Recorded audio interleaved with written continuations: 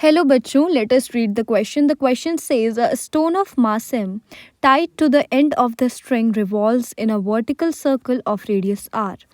The net forces at the lowest and highest point of the circle directed vertically downwards are.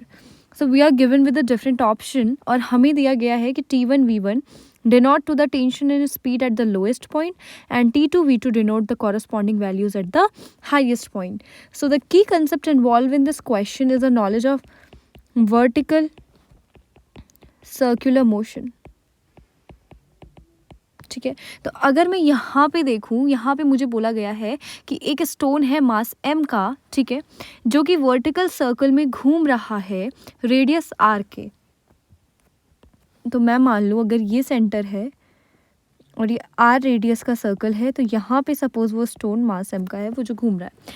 ठीक है, हमें बोला है कि नेट फोर्सेस हमें बताने हैं लोएस्ट और हाईएस्ट पॉइंट में. देखो लोएस्ट पॉइंट में मैं कह रही होंगी कि एक टेंशन एक्ट कर रही होगी अपर तरफ, ठीक है, और नीचे इसका अपना वेट एक्ट कर रहा होगा, दैट इज mg. यानी मैं यहाँ पे जो नेट फोर्स कह सकती हूँ, ठीक है, tension is T1 at the lowest point, तो मैं यहाँ पे कह सकती हूँ कि जो नेट फोर्स होगा लोएस्ट पॉइंट में वो कहीं ना कहीं mg माइनस T1 होगा, राइट, क्योंकि दोनों ही फोर्सेस जो हैं वो अलग अलग डायरेक्शन में एक्ट कर रहे हैं, इसीलिए यहाँ पे हमारा नेगेटिव साइन आएगा. अगर मैं अपर पॉइंट में बात करूँ, ठीक है, अपर पॉइंट में बात करूँ, यहाँ पे है. अब देखो जो फोर्स ऑफ ग्रेविटी है भाई वो तो नीचे ही एक्ट करेगी, लेकिन अब यहाँ पे जो टेंशन है वो भी कहाँ एक्ट कर रही होगी, नीचे एक्ट कर रही होगी.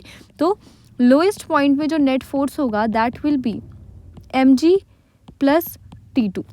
इसीलिए हम कभी भी कहते हैं कि जो वर्टिकल सर्कल होता है वहाँ पे हाईएस्ट पॉइंट में टेंशन जो है मैं कहती हूँ सबसे ज़्यादा भी होती है, और वहाँ पे रस्सी के टूटने के जो चांसेस होते हैं वो भी सबसे ज़्यादा होते हैं. ठीक है, so the final answer will be eight lowest point, ठीक है, net force will be mg minus T1 and at the highest point the net force will be mg plus T2.